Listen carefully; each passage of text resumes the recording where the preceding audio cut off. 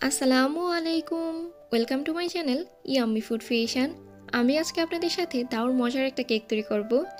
এই কেকটা হচ্ছে হাফ ভ্যানিলা এবং হাফ চকলেট কেক। যাদের একই বাসায় কারো ভ্যানিলা এবং কারো চকলেট কেক পছন্দ তারা কিন্তু এইভাবে কেকটা তৈরি করতে পারবেন। আর একটা কেকের ব্যাটারি আমি এই দুই ফ্লেভারের কেক তৈরি করেছি। চলুন দেখে নেওয়া যাক কীভাবে খুব সহজেই এই কেকটা তৈরি করতে হয়। আমি এখানে রুমের স্বাভাবিক তাপমাত্রায় থাকা 2টা ডিমের সাদা অংশ নিয়েছি। এর মধ্যে হাফ কাপ থেকে 1 টেবিল চামচ কম দিয়ে দিচ্ছি চিনি। বিটারের সাহায্যে বিট করে নিচ্ছি যতক্ষণ না পর্যন্ত ডিমের এই সাদা অংশ একদম ক্রিমের মতো হয়ে আসে। যখন এরকম ক্রিমের মতো হয়ে আসবে তখন এর মধ্যে ডিমের কুসুম 2টা দিয়ে দিচ্ছি। 2 টেবিল চামচ দিয়ে দিচ্ছি রান্না করার সয়াবিন তেল। আর 4-5 ফোঁটা দিয়ে দিচ্ছি ক্যারামেল এসেন্স। আপনারা চাইলে এখানে নিজের পছন্দ মতো যে কোনো এসেন্স ব্যবহার করতে পারেন। আমার কাছে ক্যারামেল এসেন্সটা খুব ভালো লাগে, এই জন্য এখানে ক্যারামেল এসেন্সটা ব্যবহার করছি। বিটারের সাহায্যে শুধুমাত্র 10 সেকেন্ডের জন্য লো স্পিডে বিট করে সবকিছু খুব ভালোভাবে একসাথে মিশিয়ে নিচ্ছি। মিশিয়ে নেওয়া হয়ে গেছে, এখন এর মধ্যে সব শুকনো উপকরণ দিয়ে দেবো। এই জন্য একটা ছাঁকনি নিয়েছি। এর মধ্যে দিয়ে দিচ্ছি হাফ কাপ ময়দা, হাফ চা চামচ দিয়ে দিচ্ছি বেকিং পাউডার আর খুবই সামান্য পরিমাণে একটু লবণ দিয়ে দিচ্ছি।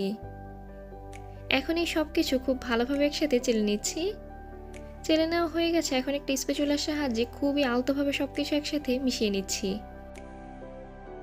মিশিয়ে নেওয়া হয়ে গেছে, আমাদের কেকের ব্যাটার এখন পুরোপুরি রেডি। আপনারা চাইলে এখন এই কেকের ব্যাটারটা 2 ভাগে ভাগ করে নিতে পারেন।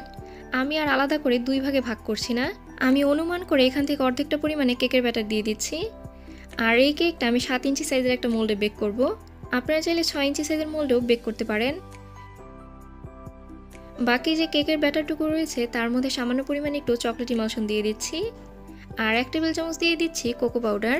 আর কোকো পাউডার অবশ্যই একটা চালনির সাহায্যে চেলে এর মধ্যে ব্যবহার করতে হবে।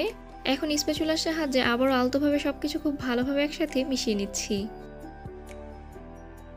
মিশিয়ে নেওয়া হয়ে গেছে, আমাদের চকলেট কেকের ব্যাটারও এখন পুরোপুরি তৈরি। এখন অন্য সাইডটাতে আমাদের এই চকলেট কেকের ব্যাটারটা দিয়ে দিচ্ছি।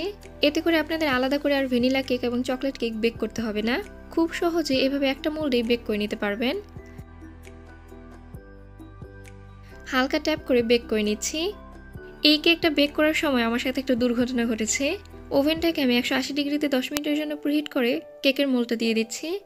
আর কেকের মোল্ডটা দেওয়ার সাথে সাথেই বিদ্যুৎ চলে গিয়েছিল। এরপর কেকটাকে আমি আবার চুলাতে বেক করে নিয়েছি। চুলায় 30 মিনিট বেক করার পর চেক করে নিচ্ছি কেকটা হয়েছে কিনা। একদম ক্লিন এসেছে, তার মানে কেকটা ভালোভাবেই হয়ে গেছে। ঠান্ডা হওয়ার পর এখন এই কেকটাকে মোল্ড থেকে বের করে নিচ্ছি। দেখতেই পারছেন এই কেকটার 2টা পার্ট কিন্তু পুরোপুরি আলাদাই রয়েছে। চকলেট এবং ভ্যানিলা একসাথে কিন্তু মিশে যায়নি। এখন একটা ব্রেড নাইফের সাহায্যে কেকটাকে 3 ভাগে ভাগ করে নিচ্ছি। আপনারা চাইলে এই কেকটাকে 4 ভাগেও ভাগ করে নিতে পারেন।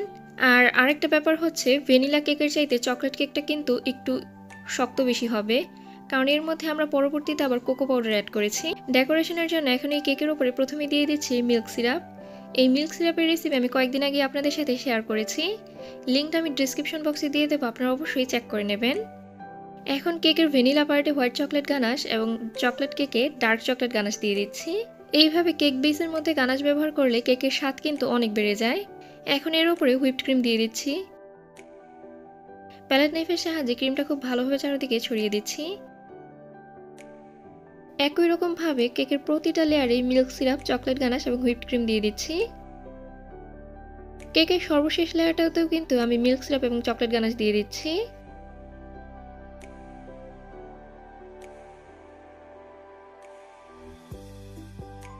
এখন অল্প পরিমাণে ক্রিম দিয়ে কেকের ওপর এবং চারো সাইড খুব ভালোভাবে কভার করে নিচ্ছি। কভার করে নেওয়া হয়ে গেলে এখন এই কেকটাকে 30 মিনিটের জন্য ফ্রিজে নরমালে রেখে দেব।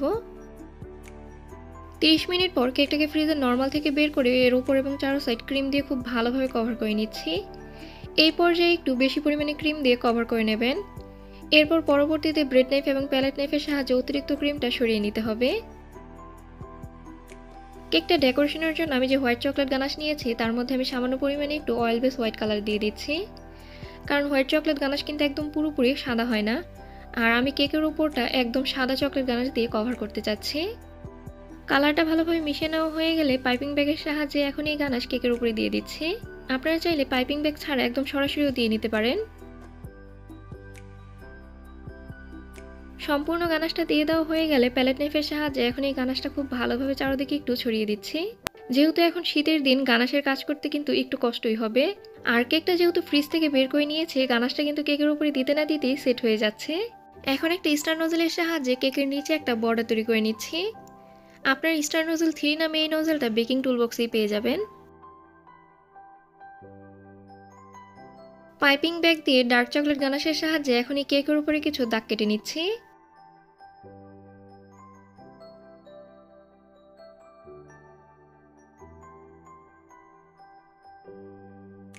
এখন একটা কাঠির সাহায্যে খুবই আলতোভাবে এই দাগগুলো টেনে নিচ্ছি। আর প্রতিবারই কিন্তু কাঠিটা পরিষ্কার করে নিতে হবে। আর এরকম দাগ টানার ফলে কেকের উপরে কিন্তু খুব সুন্দর একটা ডিজাইন তৈরি হয়।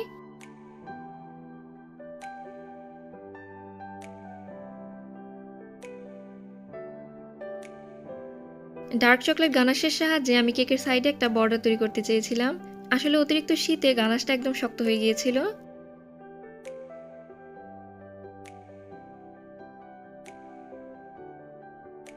এই ডার্ক চকলেট গানাশটা না দিলেই কিন্তু কেকটা বেশি ভালো দেখা যেত। যাই হোক, এখন কিছু মিল্ক চকলেট টপারের সাহায্যে কেকটা সাজিয়ে নিচ্ছি।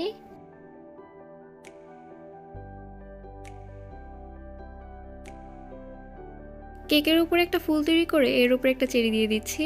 ছোট সাইজের একটা হ্যাপি বার্থডে টপার দিয়ে দিচ্ছি। আমি আমার পছন্দ মতো কেকটা সাজিয়ে নিচ্ছি, আপনারা আপনাদের পছন্দ মতো আরও অনেক সুন্দর করে কেকটা সাজিয়ে নেবেন।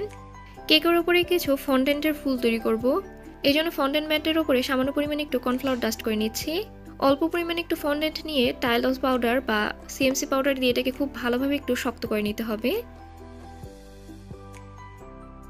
এই সিএমসি পাউডার, ফন্ডেন্ট এবং কেক তৈরির যা কিছু প্রয়োজন সবকিছু কিন্তু আপনারা বেকিং টুলবক্সেই পেয়ে যাবেন।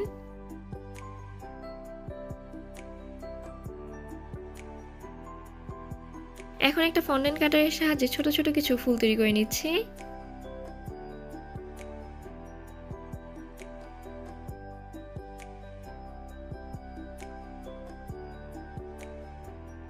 আর প্রতিটা ফুলের উপরে আমি ছোট সাইজের গোল্ডেন পালস বসিয়ে দিচ্ছি।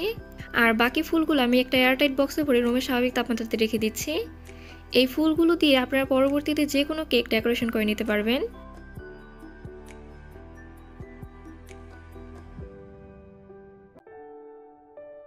এখন কেকের উপরে নিজের পছন্দ মতো ফুল বসিয়ে নিচ্ছি।